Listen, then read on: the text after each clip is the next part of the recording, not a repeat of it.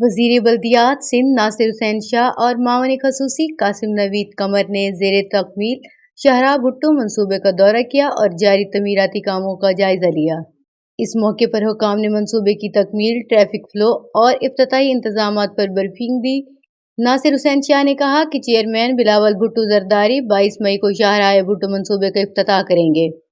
انہوں نے کہا کہ شاہراہ بھٹو منصوبہ کراچی کی جدید ٹرانسپورٹ ضروریات کے مطابق تعمیر کیا گیا ہے، جس سے ٹریفک دباؤ میں کمی، سفری سہولیات میں بہتری اور وقت و ایندھن کی بچت ہوگی۔ قاسم نوید قمر نے کہا کہ یہ منصوبہ پبلک پرائیویٹ پارٹنرشپ کے تحت تعمیر کیا جانے والا جدید منصوبہ ہے، جو کراچی کی ترقی میں اہم سنگ میل ثابت ہوگا۔